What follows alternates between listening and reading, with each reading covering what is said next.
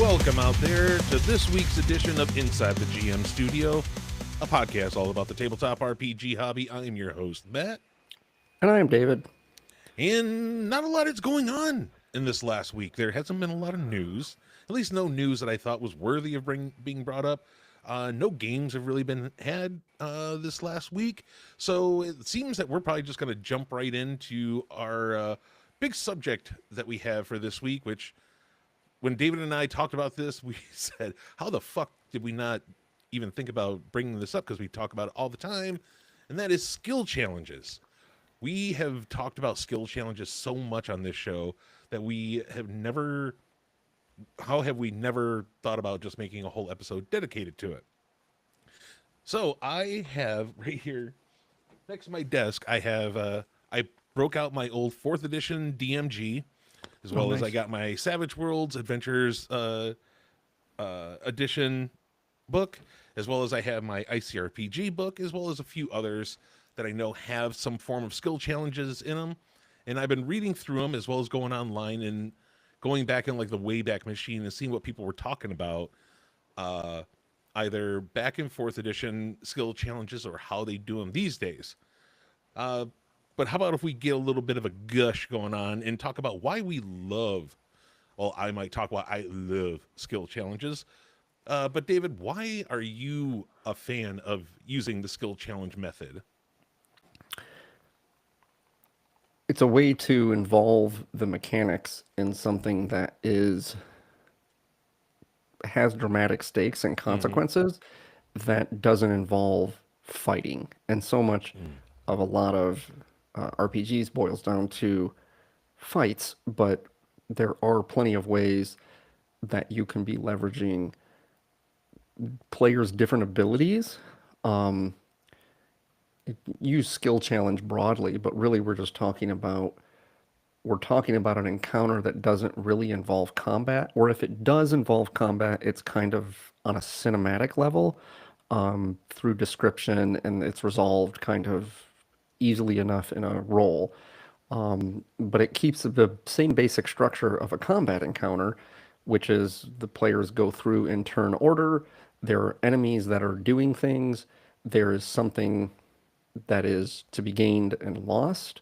And ideally it pushes the plot forward in some way, and it allows the characters to think a little more creatively while still not doing something that is entirely bereft of any mechanics, and giving them a little bit more of a sandbox that's not as hemmed in as a combat encounter where you can do, movement, bonus action, use object, reaction kind of situation.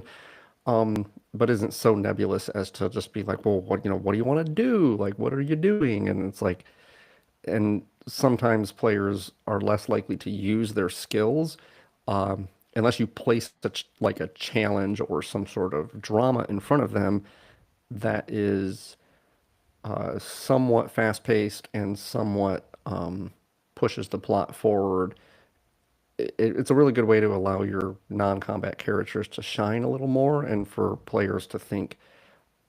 I find it cements in their brains like more creative use of their skills, and consequently has pretty good implications for the rest of the game that doesn't involve combat, in particular in exploration. If you run a decent amount of skill challenges, or let's just say an occasional skill challenge, then it primes the players to think about what it is their skills can be doing and what they are useful for. And that helps in exploration, it helps in role-playing, so that they can leverage skills.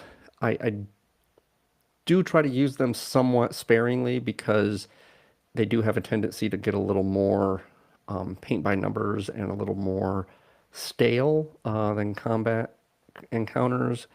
But as we get into things here, there's a variety of different templates that you can use that are different styles of skill challenges. Hmm. But the long and short of it is that's really what I like about them. I assume you kind of share that sentiment, at least to a Oh certain yeah, degree. very much so. I found a really good article from just pretty much a year ago on thegamer.com by Donald Keating, uh, talking about skill challenges, where they said skill challenges in Dungeons and Dragons are encounters where players creatively use their skills to resolve a situation. The idea is to build tension and create an experience as engaging and reactive as combat, just without the fighting. In movie terms, skill challenges are like set pieces. They're essential obstacles that showcase the protagonist's power and growth. Older players might have unpleasant memories of skill challenges in 4th edition D&D. These sometimes felt like a series of fixed checklists rather than a creative use of player skills and imagination. Hmm. Thankfully, the skill challenges don't need to be tedious or overly rigid. Uh, this is pretty much what it said out of the book in 4th edition Dungeons and Dragons, where I consider the creation of skill challenges was in 4th edition. Some people will say that extended, oh god damn it, what were they called? I don't even think they were called extended. I think they were called advanced skill checks in 3rd edition. They said that was like the first beginning of it. I said no, that is completely different. uh, a skill challenge is a carefully crafted encounter where the players must beat several skill checks to progress. Examples include defusing a bomb, convincing an enemy to turn into an ally, investing a crime scene, or infiltrating a castle. Different skills will make sense depending on the challenges.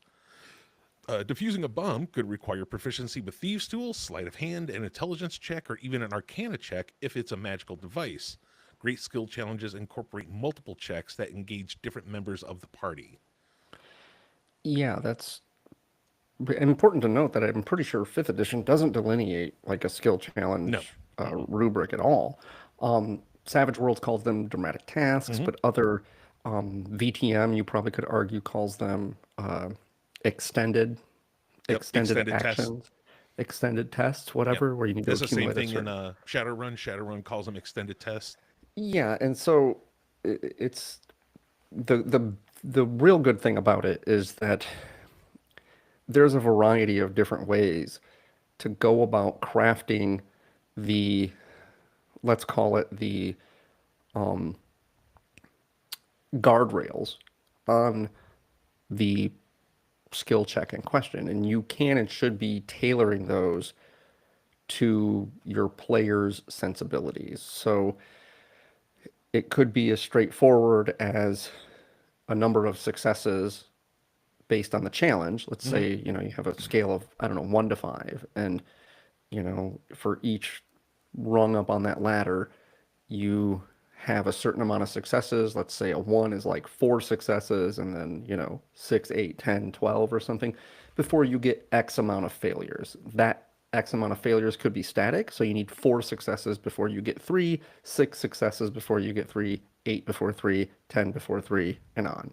Or it could scale, like you could just be half as many failures as successes. So maybe you need 12 successes total, but then you can get up to 6 failures. Mm-hmm. That will depend on how much gravity you want the encounter to have and what the consequences are. And again, those consequences are things that you could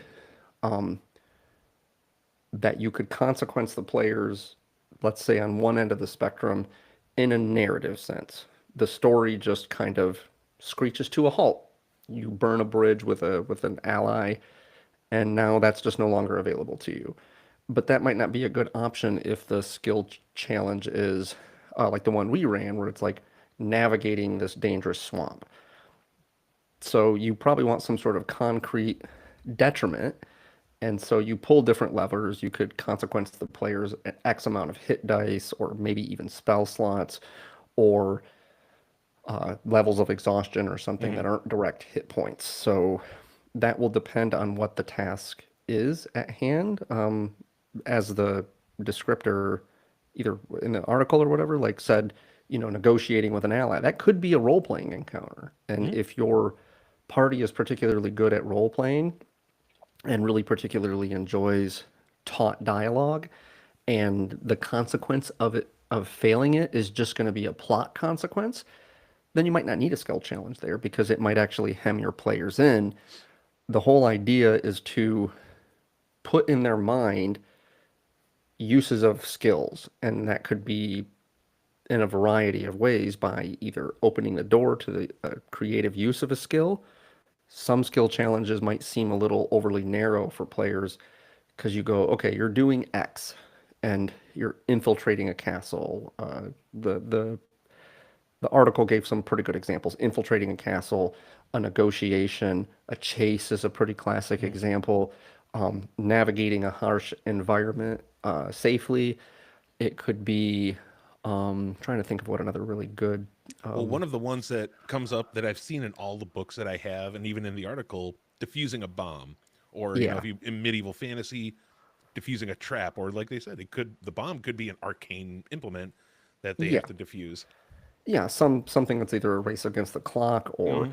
um, race against the clock. If you're chasing someone, is that they'll get away or the bomb will go off, or um, you have a short window so that it's more dramatic, or it's something that's vanguarded, right? Like infiltration or traversing a dangerous swamp. It's like, well, you have to go this way, and there are perils, and handling it in an exploration sense will probably be too protracted and drawn out. Whereas you could handle some of the description of exploration in a narrative sense, and then when the players get to an obstacle, call for skill checks, lay the groundwork for what's on the table, and possibly, if you're clear with the players, they should know what skills would likely be appropriate. I don't like when it's like, no, well, you can just use athletics or acrobatics for this skill check, or for this skill challenge. Like these are the four skills that you can use. It's like, that's great. The players should have some sense of what skills would be most appropriate. And so I'm a fan too of having auxiliary benefits Hmm. for as like a different layer to the skill challenge. Like maybe yes, you need to do X, Y, or Z to get across, and it needs to be stealth, athletics, acrobatics, or something like that. Land vehicles or something that is travel oriented. And then the player's like, well, I'm not really very good at any of those. And you go, okay, well, what other skills do you have at your disposal? And they go like, well, I could do this. And if you go, okay, well, how would you like to use that skill? And then if they give you a fairly decent explanation that would assist, then try to give them some auxiliary benefit. Maybe they don't get a success if they succeed.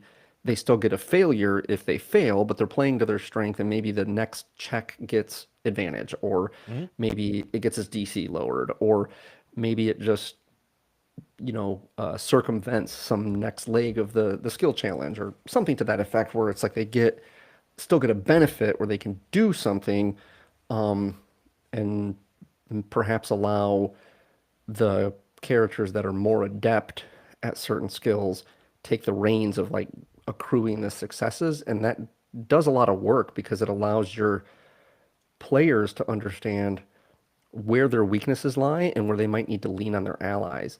And especially if they have allies that they don't often have to lean on because they're a combat heavy character, for instance. So their allies are leaning on them, like they're protecting them, they're taking the brunt of the damage, they're dealing out a lot of damage.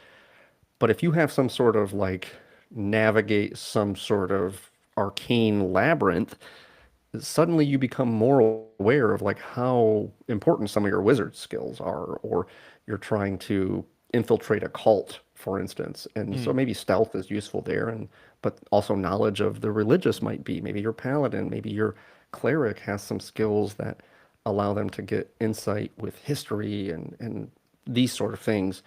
So I'm a big fan of kind of tailoring that. Do you usually tailor your skill challenges or dramatic tasks or whatever to your party's sensibilities, your players' sensibilities, or is it more your party's capabilities? It's more of I'm with you that I like creative thinking. Hmm. So when I first started doing skill challenges, I was because right out of the book they say you should give them what skills they're available to use Hmm. or they're allowed to use for this challenge. But as I've gotten into it more, I like letting the players get creative about it. And Hmm. I tell them, hey, the more creative it is, the more of a bonus you'll get out of it, or the easier it will be. If you can give me a really creative, intelligent way of going about it with the skill that you're using, I will give you a bonus of it somehow. But if you're just, I use my perception to look, it's like, oh, go fuck yourself. Come on, give me something else. Yeah, excuse me. I'm with you that there needs to be parameters, but when you set those parameters, for instance, telling the group what skills are available for the skill challenge, and that makes it simple for new players who might Oh not yeah. understand the spirit of a skill challenge. You go, okay, you can use this, or this, right, Hmm. for this leg, and sometimes it's good to kind of have different stages, like a chase, can play out like, oh, you're using athletics or acrobatics or whatever. And but if you're thoughtful about having different things happen where the encounter feels like it's progressing, like it's organic in some way, and the players aren't just trying to build up a pile of successes, maybe one leg requires X skills and the next leg Hmm. requires Y skills. And this allows you to kind of incorporate variety. Hmm. And so laying that out for the players, if you do a good job of kind of describing what's at stake, savvy players get hip to it pretty quick, and probably don't like being told what skills they have to use. But it should be fairly evident as to what skills are important. And that said, just like Matt was saying, you need to have some sort of firm boundaries because players get awfully damn creative about using skills in really, really fucking odd and offbeat ways to try to, get a roll to go their way. So you do have to go, okay, well, I appreciate the creativity there, but it's not, that's why it's important to have maybe kind of like a second tier of things that you can use that are a little more off the beaten path, because if a player knows that they can use their perception in a chase and they're really good at perception, they're just going to try to think of ways they can use it every time. Yeah. So usually I have there be some sort of like, if you're using an let's call it off script skill, then you get diminishing returns every time you use it, like after the first time. Maybe Hmm. your DC goes up, maybe it accrues a success the first time, but not the second time or the third time, unless the situation changes, then you're kind of using this offbeat skill once one go. And if you have a party of 4 or 5 players, then everybody goes once in a round. Then you should have some opportunities to use some skills that seem less obvious in the interest of creativity, but don't let your players derail you into like suddenly turning a chase into an exercise in history and arcana, Yeah. right? Like it's because that's just not the spirit of what it is that you're trying to accomplish. Yeah. I had it in fourth edition, because in fourth edition I went a little crazy with skill challenges, and I made them into like almost like a board game in the game.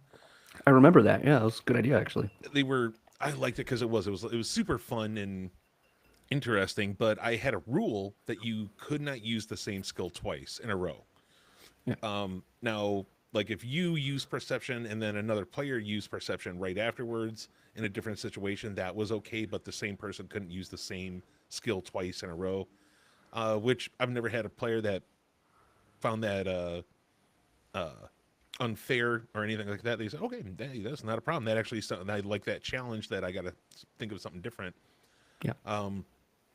I want to talk about a couple of the different ways that skill challenges have uh, kind of evolved into different games now, and even what we did, what we took from the fourth edition rules and we use them today, and even what I did back in fourth edition, like how it went from so we need to accrue 5 successes before 3 failures.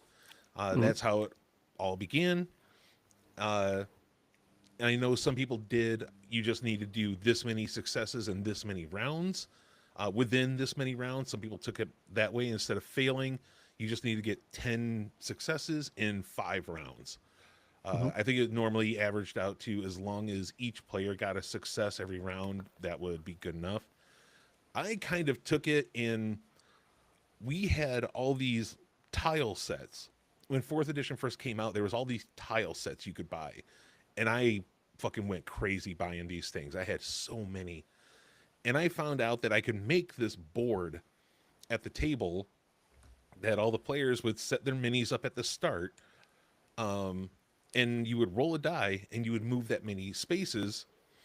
And it would just change. I'd make sure that all the tiles were different to kind of show the different areas that you were in during this skill challenge. Some of the ones that I remember fondly, when David came and played with us one time, he was playing one of my NPCs, like a GMPC, and I remembered it was really awesome because the tile was a rope bridge, and you you said, "Oh, we found our way through a cave system, a very short cave system," and I'm going to use my athletics, or it was acrobatics or something, to jump up and swing off this vine, and you started with that, and your next turn around, you were like, all right, I'm going to use my dungeoneering, because it wasn't a vine. It was either, you said, a roper or a cloaker. Mm-hmm. And you went into that and you had to use your monster knowledge of it in order to get away from it. And I thought that was very cool. And that's the kind of thing I said, like, I love that sort of just creativity in the moment where you could have used your dungeoneering just because you were in a cave. You know, oh, we're in a cave, I'm going to use my dungeoneering skill.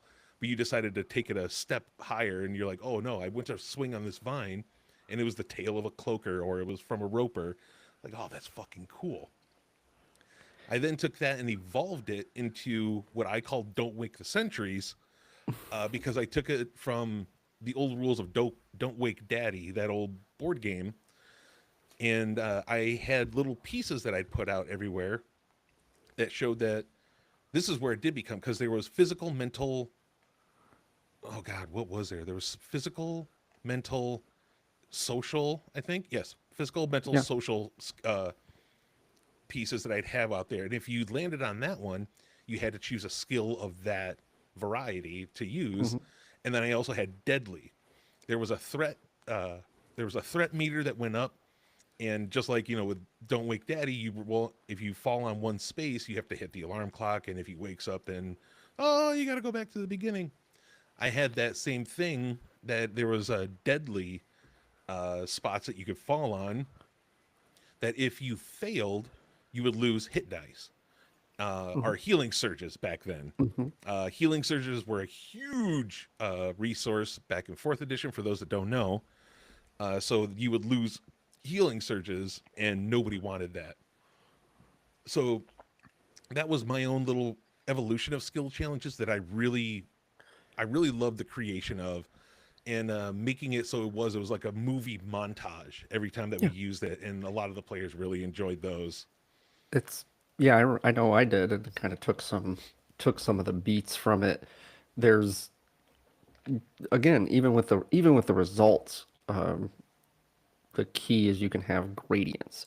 So you could go, okay, if the players get 10 successes before the requisite amount of failures, then they get the best possible outcome, or they get no consequences, or something like that. Mm. And then you could be like, if they get 8, then it's this, and they get 6, they get this, and if they get, you can have degrees of success and failure, and you could even frame it in the inverse, which is like, okay, the players need to get 12 successes, let's say, on the skill challenge. And for every failure they get this. So it's just like they're trying to get the successes, and then the failure just rises, like the consequences of them getting failures in the skill challenge just rises with every failure that they get. And so it really depends on whether you want to reward them for getting more successes, or if you want to just consequence them for failing in the context. And that'll probably depend on the scenario and what the story calls for. But it's good to have that flexibility and try to mix certain things up, because you can incorporate a lot of different things, as you noted, like a threat level, where maybe, I mean, heck, you could even have it be like if a party's traversing a certain area or something, maybe you even just like have a fight happen in the middle of it before the skill challenge continues. It siphons off the player's resources in some way.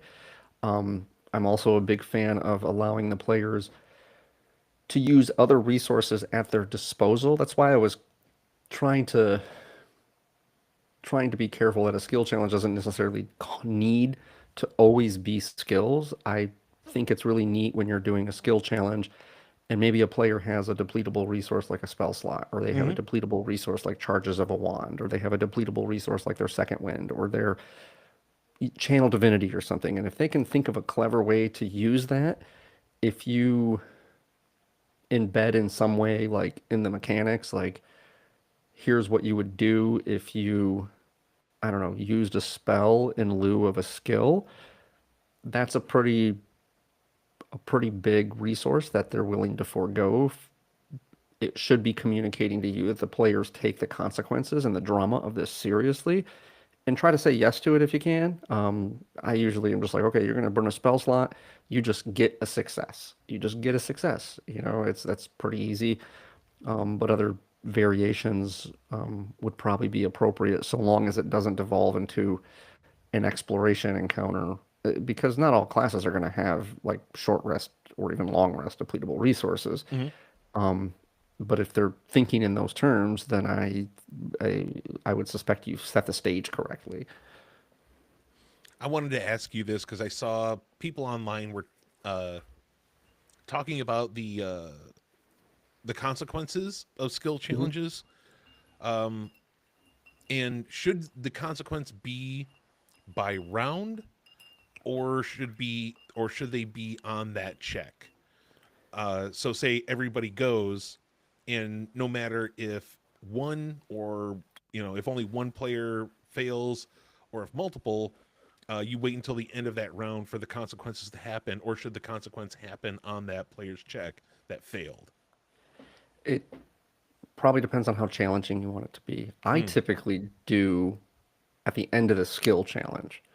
Like at the yep, me very end too. of the skill challenge, like if you're going to have like, okay, the consequences you lose 3 hit dice or you Mm, lose a hit die for every failure you have, then or gain a level of exhaustion. You could have differing levels, right? Like party gets one failure,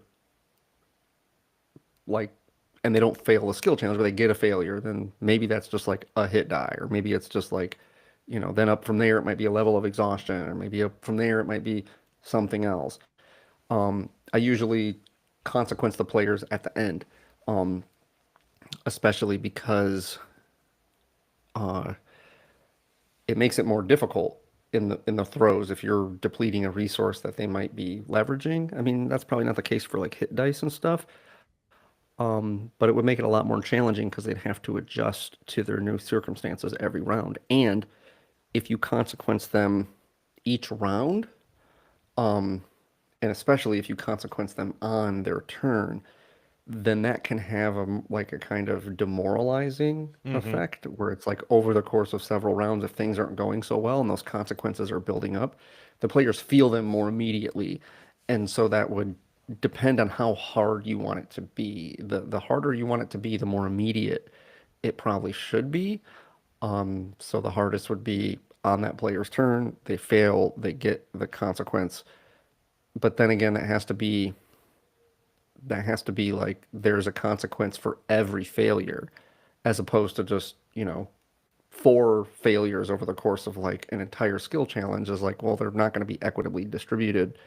And so the benefit would be that it would be more challenging, but the downside would be that you're not consequencing the party equitably, right? Because for better or worse, the adventuring party is a team. Mm-hmm. And when that they realize that more when they're consequenced as a team. Maybe the rogue succeeds in spades on every single skill check that he has in the skill challenge. And of the 10 successes they need, he gets 5 of them. But the group as a whole fails. He still suffers the same consequences that everybody else does. Yep. And that might seem a little harsh, but what it does is it makes the rogue realize, we all need one another and we need to kind of figure out a way to use our skills in unison. If you wanted to fracture that a little bit more, where players are rewarded for their successes and punished for their failures in a more individual way, that can breed that can breed competition among the players, which can get very good results. But just recognize that it does kind of erode that sense of solidarity because they're not consequenced with the rest of the party. That, and I like to think that it helps keep the tension for the players.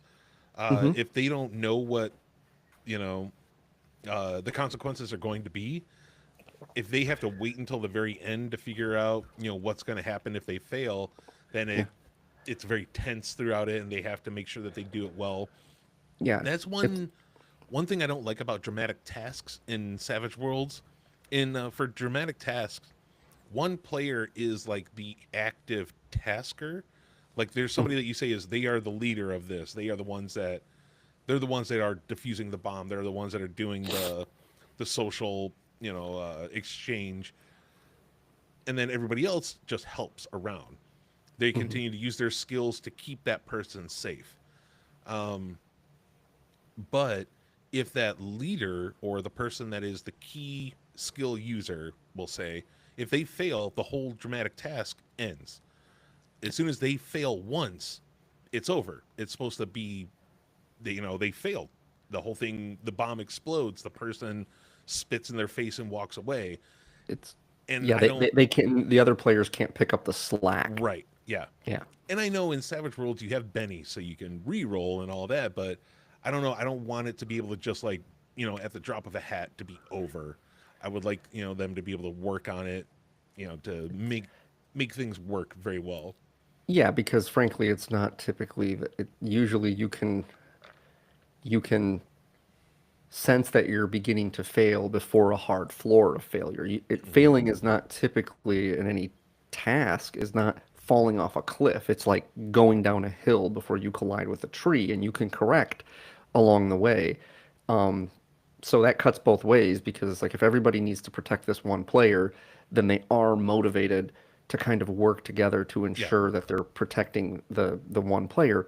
But it can also feel a little bit like if the task fails, that one player is responsible for that. And so that'll depend on your group, but like I think it is I'm with you that like the tension is if the players don't know what's happening, they should feel like something bad is going to happen. And if you tell them immediately what is bad is going to happen, it can kind of neuter, well, it's not that big of a deal. Like I just lost one hit die. It's Yeah. like, just soldier on. It can neuter the stakes, but consequencing them all together and at the same time is makes it clear that individual efforts are just contributing to group success. I mean, imagine you were a basketball player and you scored a lot of points in a loss, and so as a result of that, because you scored a lot of points in the loss, you don't have to run laps with the rest of the team. Like, yeah, that we just kind of intuitively feel like that's not cool, right? Like Hmm. the team lost, you should suffer the consequences with the team, even if you individually performed out of your mind, because a team is not just as good as its best player. And so I'm with you. I'm probably more like hold it in the hopper, try to make them feel a sense of dread, and if it ends up not being as bad, then they might be relieved. Um, and I'm even a bigger fan of kind of keeping what the consequences would be totally nebulous. Like they go like, okay, well we failed, but we didn't fail so badly, but we got consequenced. Like, yeah, well that's like, well, what would happen if we had just succeeded? Or, well, you didn't succeed. So Yeah. succeed next time and you'll find out. Like, I want to go over some of the different types of skill challenges that are out there in different games these days. I've got a small list because I couldn't find too many that were different. mhm, Many a times they're just extended tests, or as like I said in third edition, where I think they were called advanced skill checks, sure. which is pretty much the same thing, where you just have to accrue a certain amount of successes before the task is done. Uh, Usually these are used in they have to be in a situation where time is uh, a factor, because there's no reason for, if you are just going to try to say, we'll say defuse a trap, if you have all the time in the world without any pressure on you, then who the fuck cares? Yeah, go ahead, you're going to get it at some point. If you fail the skill check, usually it'll go off. I guess that's kind of a bad one there. But if you have to have three successes in order to do it, but in this time you only have, say you have a timer that's going off, like the bomb is going to go off in 10 seconds. uh you have to, it's just like, oh fuck, we got to go, and I got to make sure I get these successes. um so Shadowrun has extended tests. Like you said, Vampire the Masquerade has extended tests. That was pretty much advanced skill checks. The skill challenge that we all know today came from Dungeons and Dragons 4th edition. 5th edition, while not a core mechanic, many DMs have adapted or modified skill challenges from 4th edition to use in 5th edition these days. It seems, I think they're saying it's around 78 to 80% of Dungeon Masters that played in 4th edition, or even players that Dungeon Master now, have taken skill challenges and brought them over to 5th edition. Savage Worlds has its dramatic tasks. I love dramatic tasks, other than the part where you just immediately fail if the key user fails.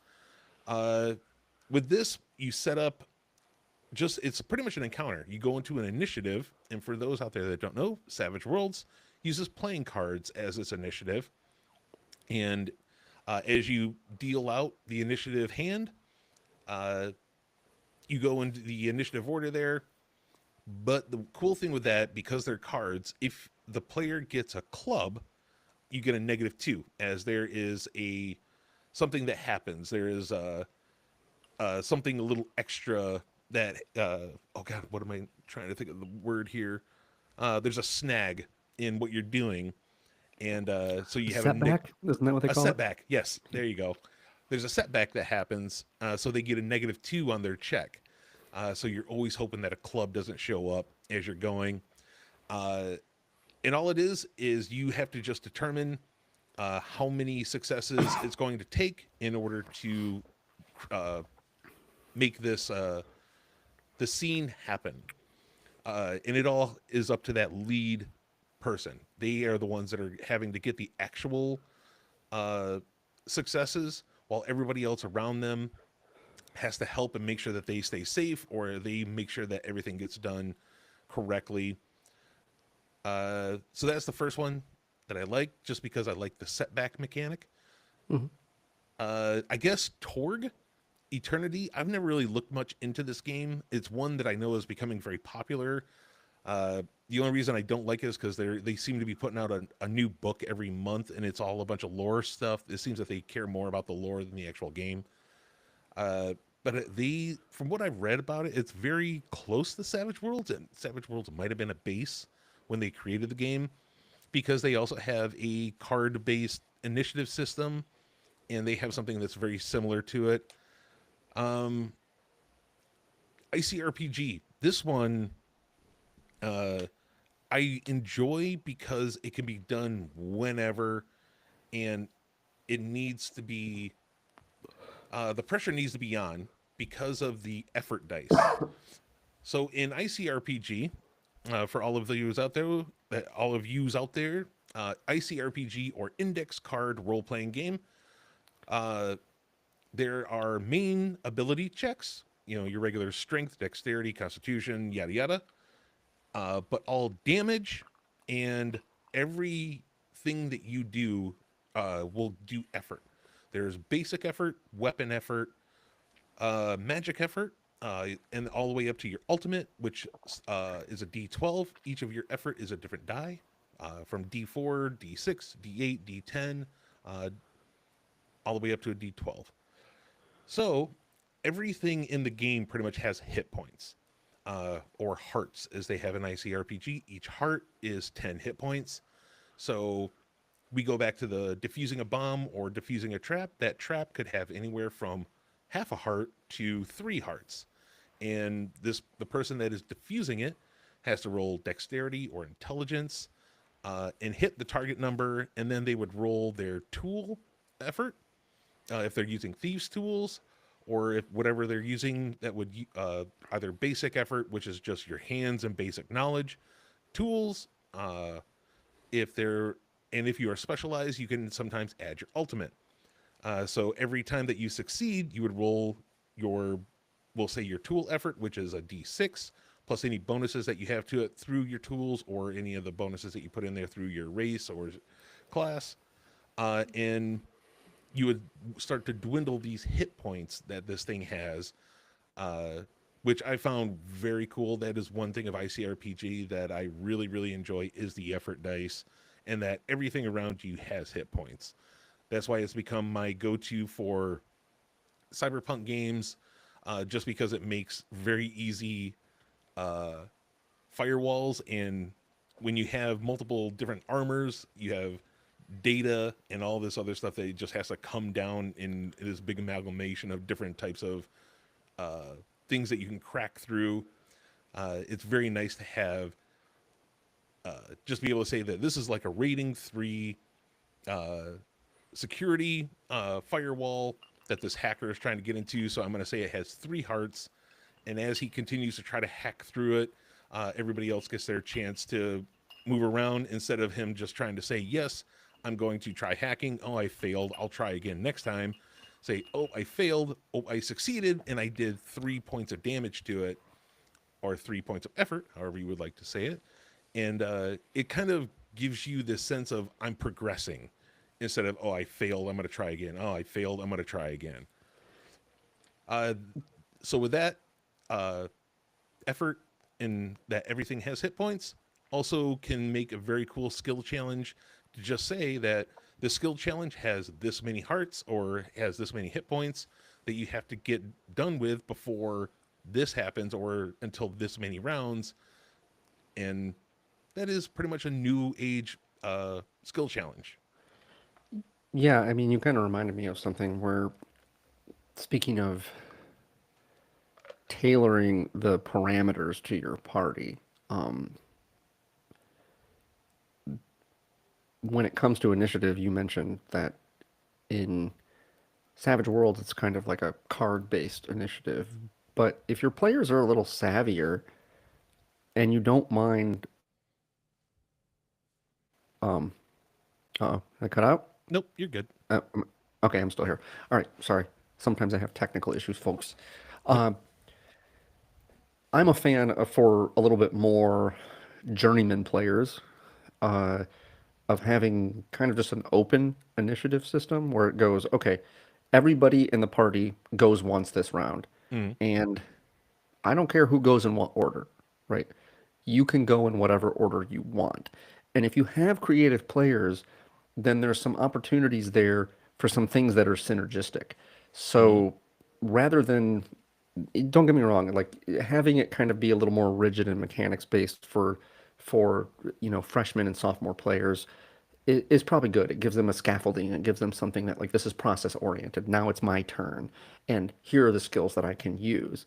But ideally, as your skill challenges evolve, you would want them to play out more, as Matt was saying, like a story, Mm-hmm. like a scene in a movie, or more like probably like a montage Yeah, that's my in a favorite word movie. to use for skill challenges. Is they're like a Yeah, montage. like a montage where you're pushing in on like small moments that are of high drama, and then maybe you're pulling back and you're moving from, plot point A in the skill challenge if it has phases, like, once the party gets 4 successes, then they're on to this next area of the jungle or whatever. And Mm-hmm. then you push the camera in, so to speak, and you focus on these micro dramas. And if your players are creative, they can they can play off of one another. Maybe it's like, okay, all right, the players can go in whatever order, and you go, who wants to go first? And the barbarian goes, well, you said there's a bog up in front of us, right? And you go, yeah, yeah, there's a bog, and there's a few kind of like errant logs that are floating in it, and but it's really obscured, and so it's possible that some of those logs are not what they appear to be, and you see there's some trees around. Are there any vines hanging off the tree? And you go, yeah, yeah, there's some vines hanging off of some of the trees. You're not certain about um, how much weight they will bear. And he goes, "Phew, okay, well, I turn to the wizard and I ask him, based on his knowledge of nature, what he thinks about uh, whether the things in the bog will bear my weight." And you go, okay, so then the wizard goes, oh, okay.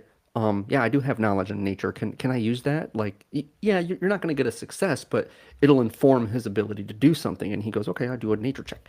And you go, like, oh, I get like a high score. And you go, yeah, based on what it is you see, that those vines will probably bear his weight. But if he jumps in the pond, it looks as though the driftwood that's in there will likely sink under his weight because he's pretty big.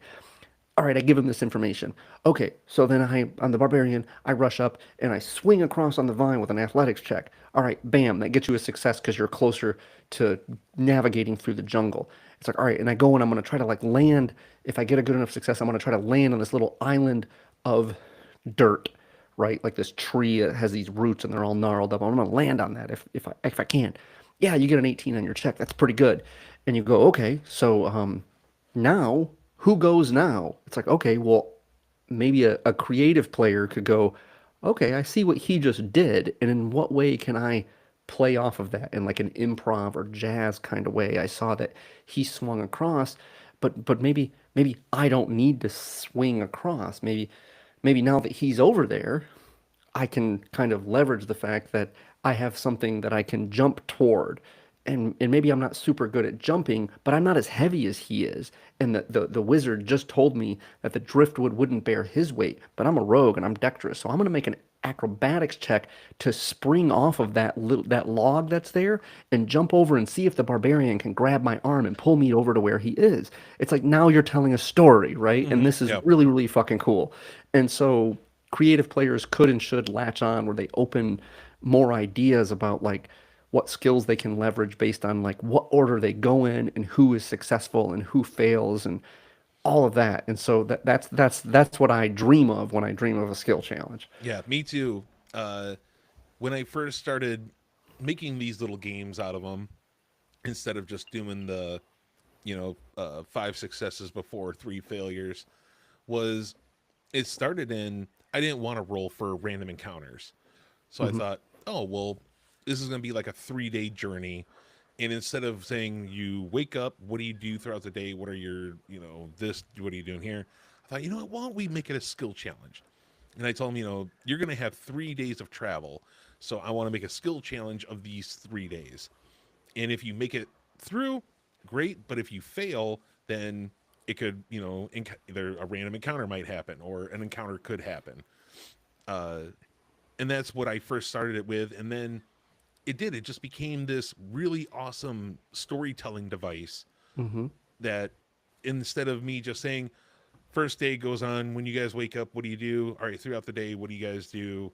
Hmm. Yada, yada, yada. You can use athletics and perception and thievery in this check and like which ones do. Yeah, Yeah. I'm totally with you. It's like more if it's more of a narrative, and what it does is it forces you it this inadvertently will have the benefit of sharpening your flavor text Mm-hmm. because Oh, what yeah. you're doing is you're describing a scene to your players and just includes as much sensory detail. I mean, you don't need to build an entire diorama in their head, but give them a sense of the environment that they're working Mm-hmm. with, either in a chase scene or whatever, even if it's just something as simple as a negotiation.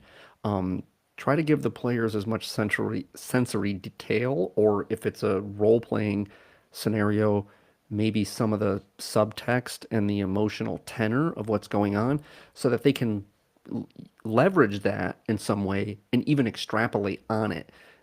Try to say yes to things, like when Mm-hmm. the we had talked about this like in our saying yes episode, where it's like if you leave a gap for something and you say, okay, this is the way the bog looks, and there's like this driftwood and there's like these vines and they're hanging down or whatever, and a player says, well, are so there's vines and they're presumably hanging from some sort of tree, right? And you go, yep, are any of those trees roots above the water line? Like, yeah, cool. That sounds interesting. Like, what are you going to do with that?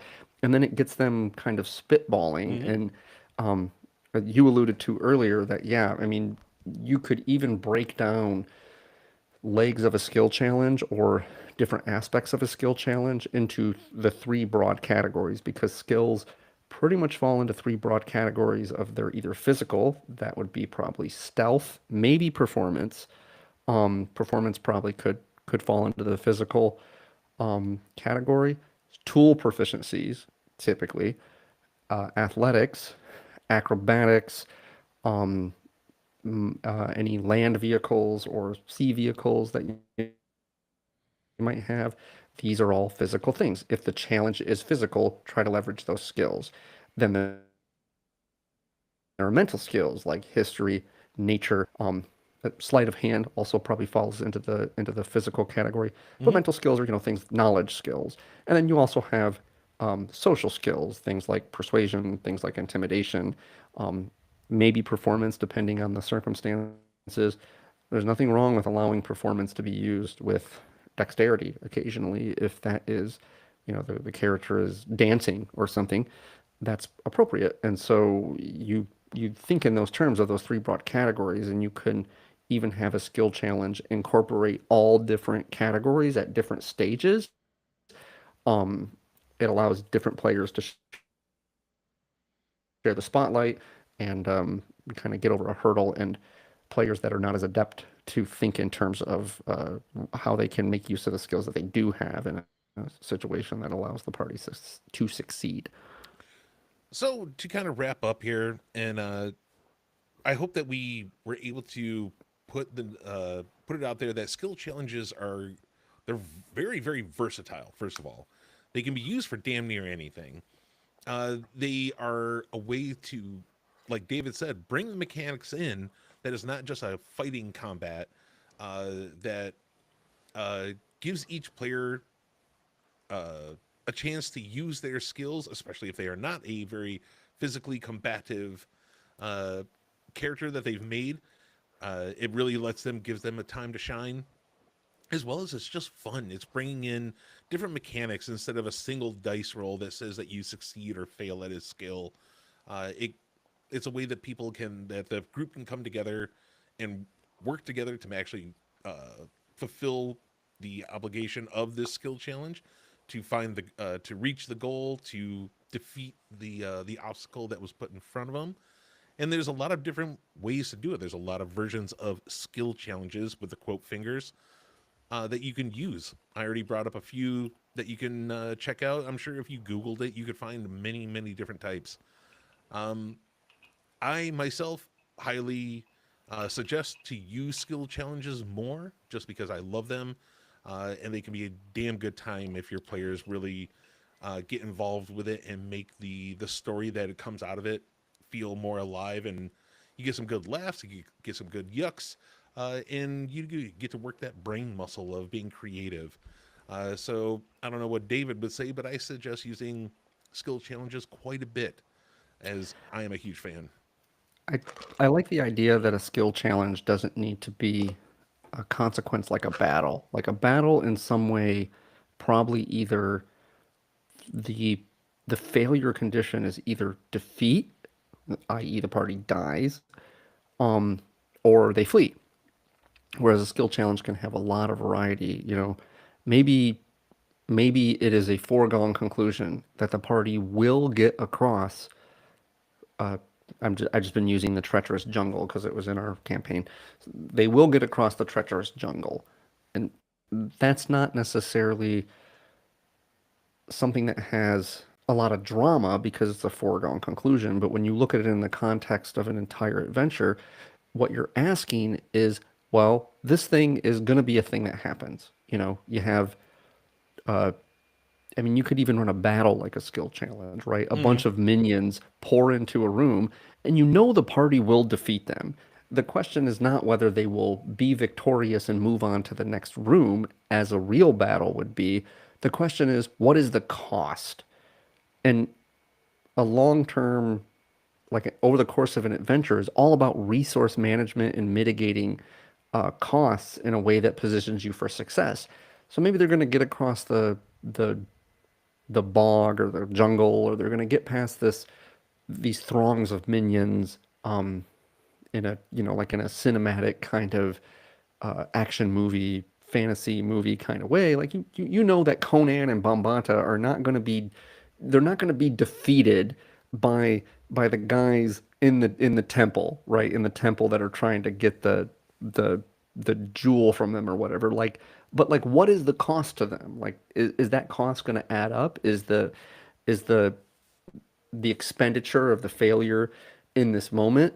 going to catch up with them later at a more dire moment, and so it's important to preserve resources and that sort of thing. That's what's interesting about it, and that gradient is what makes a skill challenge interesting, Mhm. because precisely because it's not hemmed in by a concrete consequence that needs to be binary in some way, or needs to be the highest stakes. Like there can still be stakes with a gradient of consequences that are more looking at it like a marathon of an entire adventure. And the more you can vary those consequences and stakes throughout the course of the adventure, the the variety will add texture and depth to the narrative. All right, I think that is going to bring us to the end of this episode. For all of you out there that listen to this, what kind of skill challenges do you like to run? Let us know. I'm always open to hear how you run them. As you just heard, we don't exactly run skill challenges how they are initially created. That's the best part. So, what do you do? Let us know. Was our ideas dumb? Were we bad? Possibly. Or give us new topics to talk about. We're always looking for new shit to talk about. Send them to insidethegmstudio@gmail.com. But for this week, for Inside the GM Studio, I have been your host, Matt. Like and subscribe on the podcast places. I am David. Right. Good night. I knew it. I knew we could just blabber on about skill challenges for an hour. They good.